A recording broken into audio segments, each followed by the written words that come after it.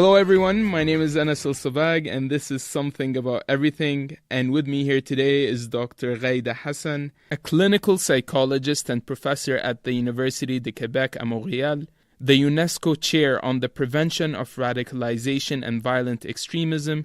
She is also the co-chair of a committee just started by the Canadian government called the National Expert Committee on Countering Radicalization to Violence. Today we are going to be talking about radicalization and the different psychological constructs and environments that lead to such behavior. First off, thank you so much for taking the time, Dr. Hassan. It's a pleasure.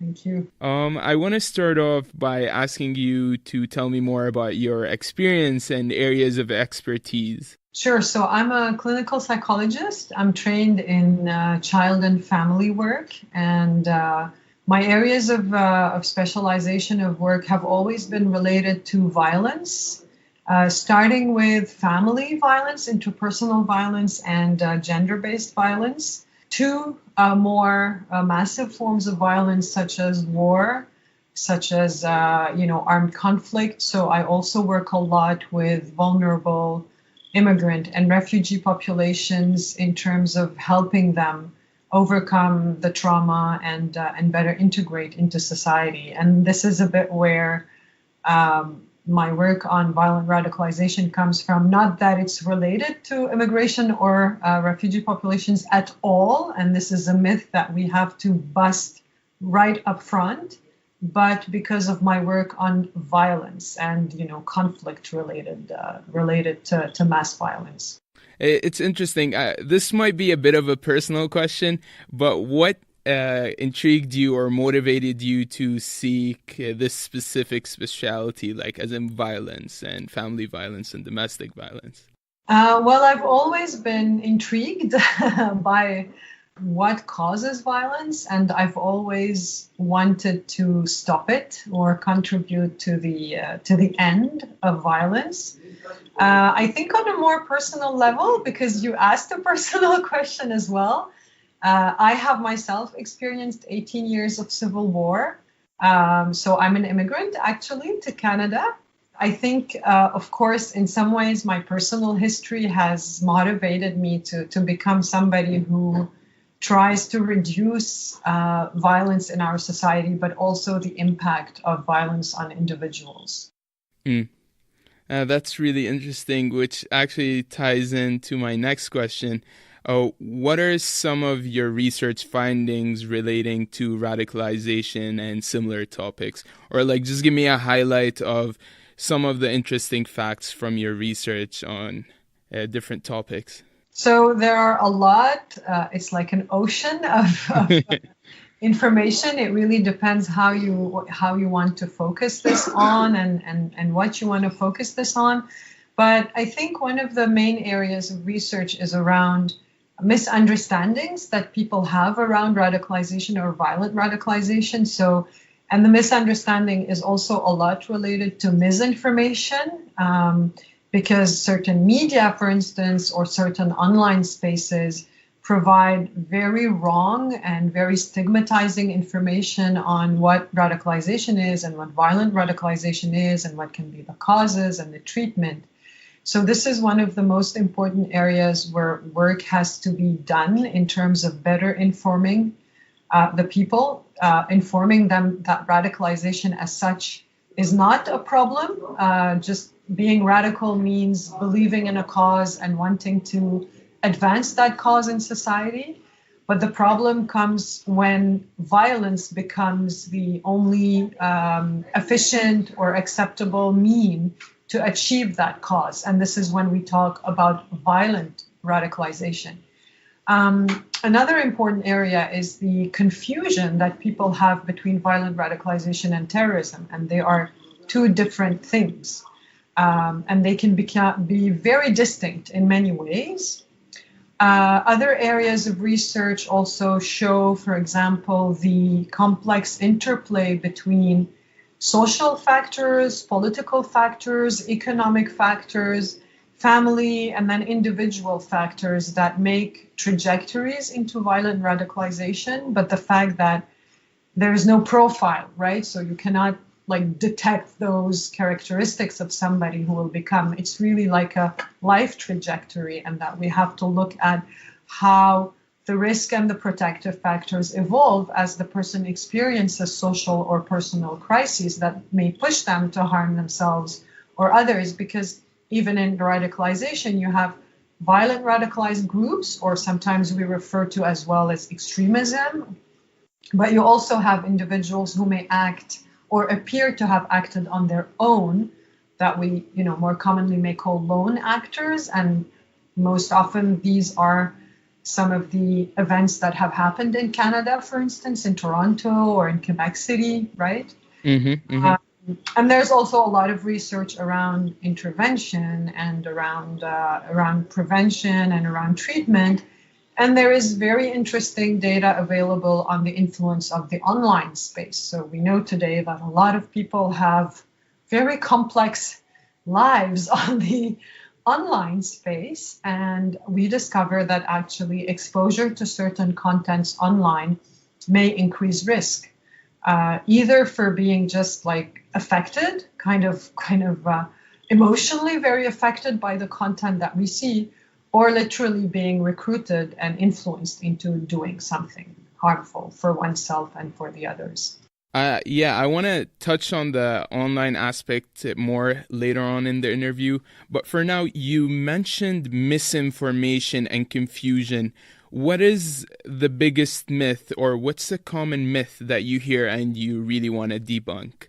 So there are, let's say, 3 huge myths that needs to be debunked. The first myth that has to be debunked is the thought that violent radicalization and terrorism are the same thing. They're not. The second myth that is very important is that today in most of Canadian societies, and actually most of societies, Western societies, when you talk about violent radicalization or extremism, people immediately think about Islamist violent radicalization. Even so, when you talk about terrorism, people immediately will think about Al-Qaeda, Daesh, and all these groups. And that does not mean that they are not violently radicalized groups, but they are completely misinformed about the fact that currently in Canada, the biggest threat to violent acting out on daily basis comes from right-wing violent extremist groups, such as homophobic, neo-Nazi, xenophobe groups, misogynist groups that call for hatred against other individuals based on their racial or ethnic or religious or gender orientation. These groups are very numerous in Canada, and although they may not do a huge spectacular event, they on daily basis do a lot or many violent actions, be it verbal violence or physical violence against individuals. So what these groups do actually is that they polarize the social space, meaning that they increase the conflicts between individuals. And I think this is something that media has not enough covered. They're starting in Canada to cover it. I mean, just a simple fact, statistics show that a violent act that has been committed by somebody who relates to an extremist religious group, so let's say an Islamist group, are 400% more likely to be covered by media, 400% more times than an event that has been committed, let's say, by a white supremacist group. So this is a major bias, and this is like in French, we say deux poids, deux mesures, which means it's like unequitable treatment of information that kind of biases the perception of people. So this is a myth that needs to be debunked. It's very important. And I think we are more and more talking about it.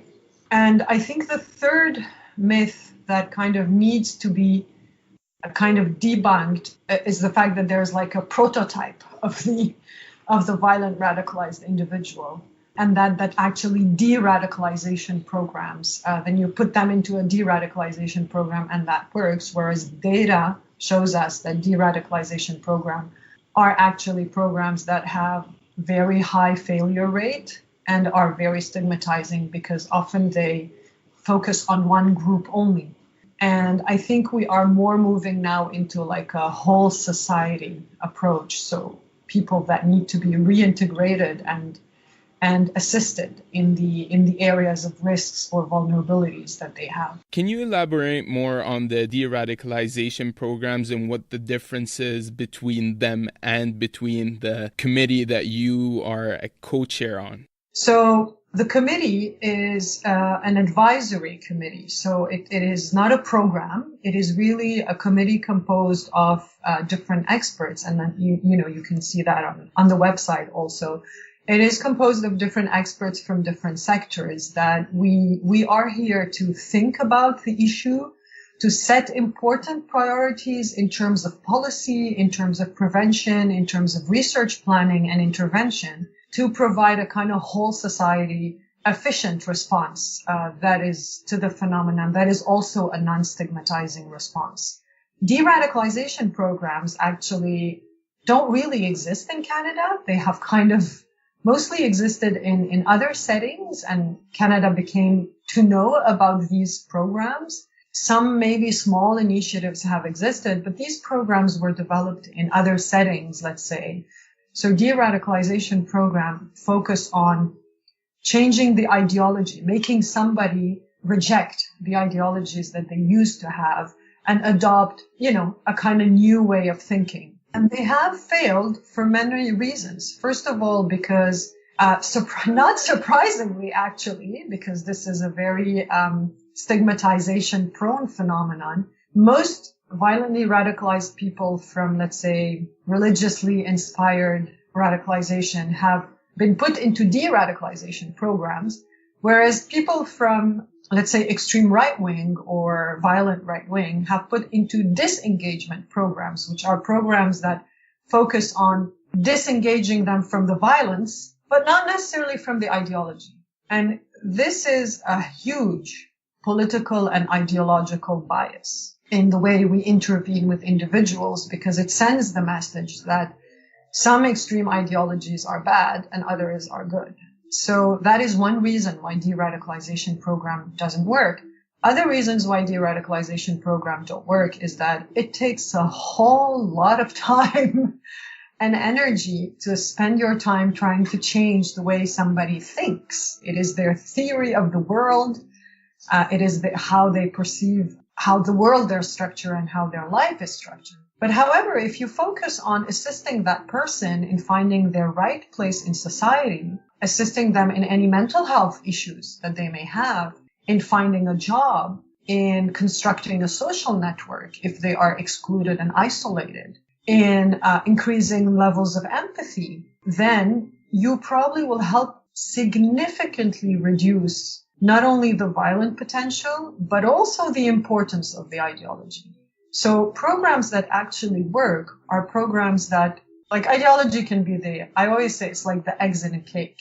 It gives a sense of meaning to all the other sufferings that the person is experiencing. And finally, it gives them like a purpose and a sense of direction. But if you reduce the causes of suffering, the social, the economic, and the interpersonal causes of suffering, then you don't need that ideology anymore. And the person kind of steps away from the idea of violently justifying or violently fighting for a cause. So programs that work are really programs that are multi-sectoral, that are focused on reintegration or rehabilitation in certain circumstances, and on reducing and managing the suffering and any potentially related mental health issues that can push the individual, to suffer from significant mental health problems that may push them to act out in a desperate way, in a violent, desperate way. To summarize what you said, basically, that the program is intended to change the means by which those individuals would want to express those ideologies. That's one thing. And the second thing is changing their circumstances that make them so entrenched and so deeply involved in that ideology, right? Yes, right. And in a way, there are several initiatives that exist already in Canada or that will be implemented shortly that try to establish this kind of multi-sectoral collaboration between employment, housing, education, mental health, and security sectors to try to answer to those individuals' needs the way you have framed it very well. Okay, perfect. From a psychological perspective, what do you think are the most common causes for a person to reach a state of radicalism? Or more towards acting violently upon their ideology? So there are no causes as such, right? So it's not like one A leads to B kind of framework, but there are psychological or psychosocial risk factors. Some of the important risk factors pertain to, so I'll state some that are psychosocial. So we know that there are economic and, political and other type of risk factors. So some of the psychosocial factors are a history of interpersonal violence. So somebody who has been exposed to, let's say, family violence or interpersonal violence, bullying at school, rejection, not being able to have a good social network. So a history of interpersonal violence, a history of ostracization or discrimination or racism can increase risk, including also a combination of, let's say, some kind of identity crisis mixed, however, with depressive symptoms, anxiety, severe anxiety symptoms, or other more, let's say, kind of serious mental health disorders, such as psychotic, for instance, mental health disorders. Now, it's important, I want to say that, but I'm saying it carefully because people should understand that we should not stigmatize here. It doesn't mean that if somebody has mental health issues that they will become violent. This is not at all the case. What I'm trying to say is that if you have a person who suffers from significant mental health difficulties, in addition to a set of social, interpersonal, economic, and professional risk factors, then it may make them more vulnerable to act upon a kind of desperation. So what you will find, for instance, in what we call lone actors, let's say, take, for example, school shooters or other shooters in Canada, is this kind of profile of social risk, high, social isolation, failure in certain projects. So, no job or no ability to succeed in a given project that they have, very weak social support networks, some mental health issues, and then you add on it a layer of despair, and then you add on this layer of despair rage or feelings of significant anger with a kind of this fluid interrelation sometimes between suicidal and homicidal tendencies, and then you get a very vulnerable individual. Now, that does not mean still that individual will act upon the violence. When it will happen is when then they come across an opportunity and means to do that. And this is why we talk about the dangers of the online space, because sometimes these individuals unfortunately find on the online space other individuals who will provide them with the motivation, who will give them ideas of how to do things, and may even help them in finding the practical means in going about that project. So what I'm trying to say is that we all need to look at it in a dynamic and a trajectory perspective. It doesn't happen just like that in a click of a finger. It's something that evolves across time in a more slow or more rapid rate. It depends. But, statistics have shown that there is, in approximately 60% of situations, an issue relating to significant mental health suffering. It's interesting you brought up the online space because that directly ties into my next question, which is about social media and the role that it plays in violent radicalization. So I read the report that you co-authored for the UNESCO titled Youth and Violent Extremism on Social Media, and it basically highlighted what you just said, that social media constitutes a facilitating environment rather than a driving force for violent radicalization. So an individual basically has to be vulnerable first and then social media or connections to someone that gives them the means and the way to committing that violent act is what really drives them to that violent radicalization spectrum. But then I want to understand, why is social media having this unique impact? So I don't think it is a unique impact in and by itself, because we may find the same impact if somebody is in touch with actually like a violent extremist group where real individuals in their life. I, however, think it has this impact. It also has a very positive, massive impact of, social media is not all bad, right? So it can become a tool of extreme resiliency and, citizenship participation and helping each other in times of natural crisis or in times of personal crisis. The downside of social media, of course, is that its influence is both individual and collective. Previously, we used to think that an individual's life on the internet, on the cyberspace, is not related to their personal life, let's say to their personal physical life in the offline space. And studies are increasingly actually showing that the online space and the offline space are actually more connected than we think. So cognitively and emotionally, we relate very strongly to images and sounds on social media, just the same way we would relate in real life.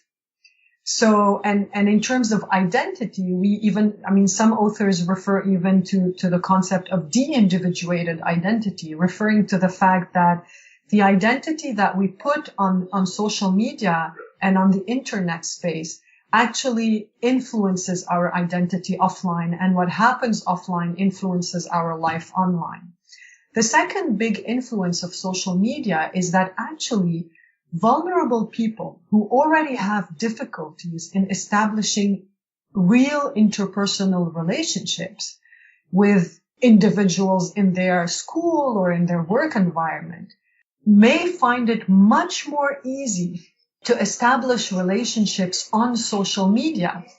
And recruiters or people who have, let's say, negative intentions can very easily enter into the intimate space of individuals online. This is also refers to a concept that we call extimacy in opposition to intimacy.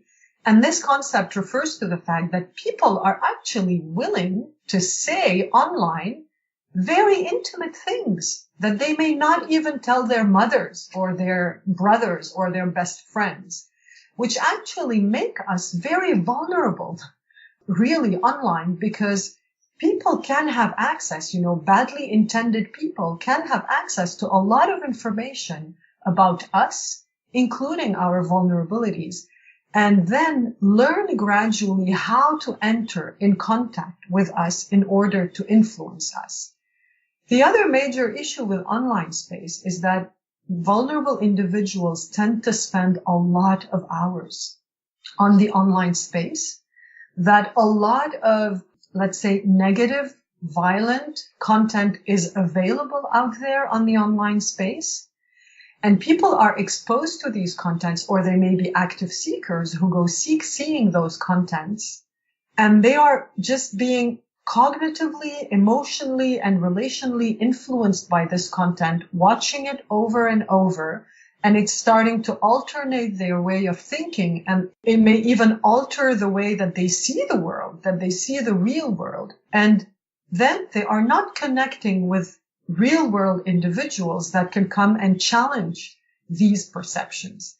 And the fourth major problem with the online space is that just as online you can create groups of between individuals, like social groups who are groups of solidarity and help, you actually can create groups, especially in what we call the back web or the dark web, that are actually groups that are perceived by the individuals who is joining them as groups of solidarity, because they're like brotherhoods, but they are brotherhoods discussing very extremist and violent issues and kind of drawing the individuals into that. So these are just a few of the examples of how the online space may become an issue. And this is why one of the recommendations that we give to practitioners is and to parents and to friends and teachers and anybody who's listening to us is be interested by the online life of the people you care for, because especially if they are isolated people and if you know that they're vulnerable people,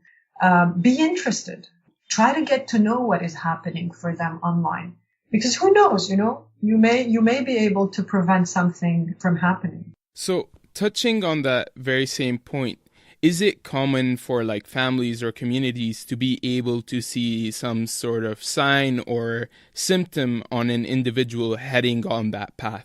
Actually, this is a very interesting question, because although when something happens, we may say, oh my God, I didn't see it coming. I never thought that person would do this.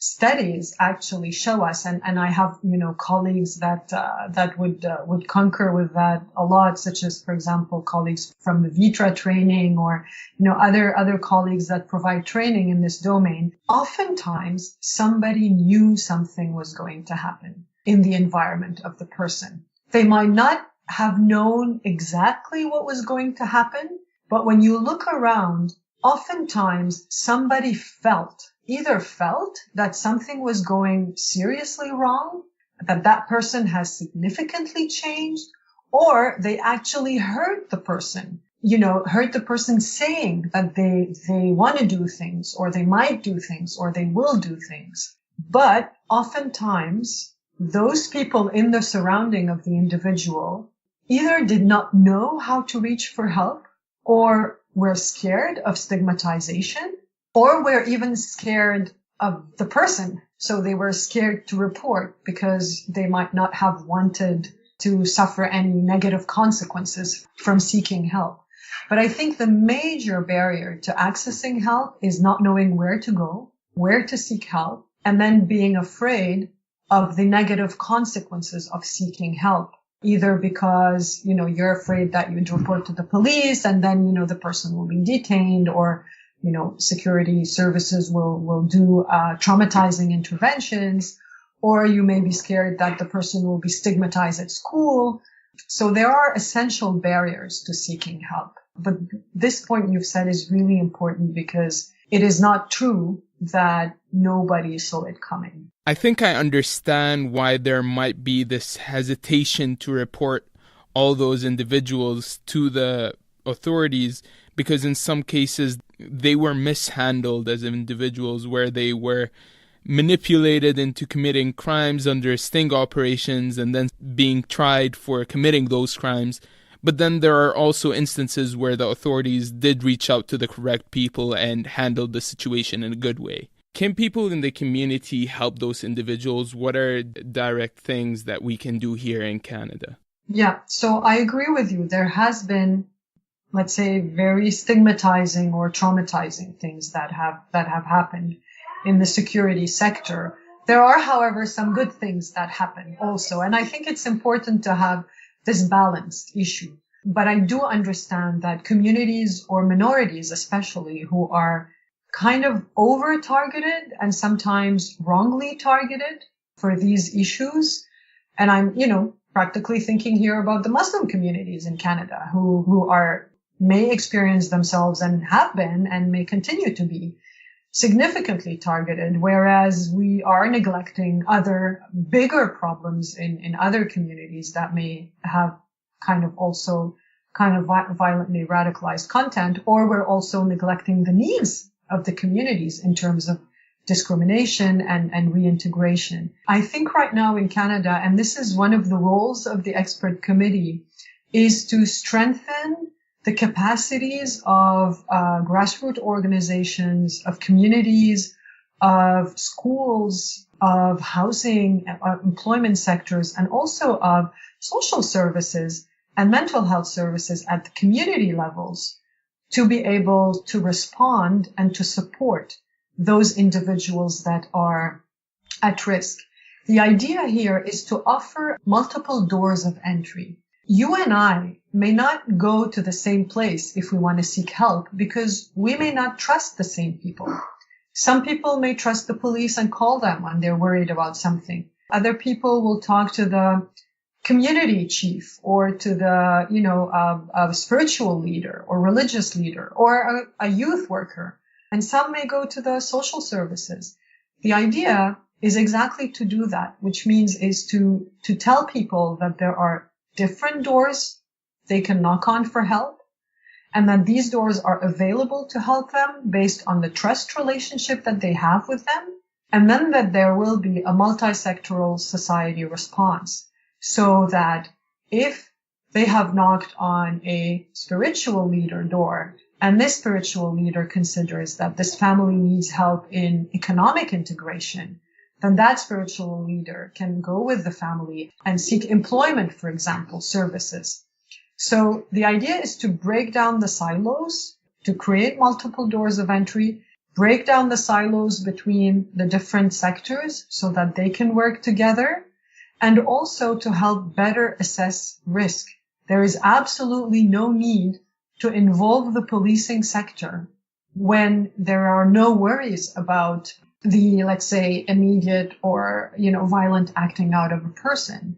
If we are afraid of stigmatization, we can offer the services, and only when a certain threshold is achieved, then we may ask for help at a different level. So really the committee tries to strengthen that way the capacities of the communities, to make them more resilient, but also to make them more aware of the importance of the role that they play in guaranteeing their own security and in how they want to call in, even for the help of, let's say, the policing sector, but also how to make the police and the policing sector accountable for their actions in the community. And communities can be equipped, empowered to make the services that exist in their neighborhood accountable for the actions that they have with the members of the community. I actually think this is such a great initiative because it's very proactive, dealing with the causes that might make someone even vulnerable to reach that state, rather than wait till the person is in such a vulnerable state and trying to stigmatize them and break down their ideologies. So I'm very hopeful. And I would like to end on a positive note. Are you hopeful in general? I'm a very optimistic. I'm a very optimistic and hopeful person. And I really see that we all want to work together in one direction. So yes, I am really very hopeful that this is still a very, let's say, minimal phenomenon in Canada. And I'm working, and I know that we are so many working hard to make it stay like that. And I just want to send one last message, if I may. Yes, of course. Anybody who's listening to us, that this is not the domain of experts. Every single citizen in this country can do something, and that it has to be like a whole society effort. It is really very important. And this is one myth to debunk. It's not experts who work on preventing violent radicalization. It's citizens who work on that. That's an amazing message. And I think we're safe to say that this is a really good and positive note to end on. Thank you so much, Dr. Ghayda Hassan. Thank you for your time. My pleasure. Thank you, Anas. Congratulations. You've made it quite far. And if you've made it this far in the episode, that means you like what you're listening to.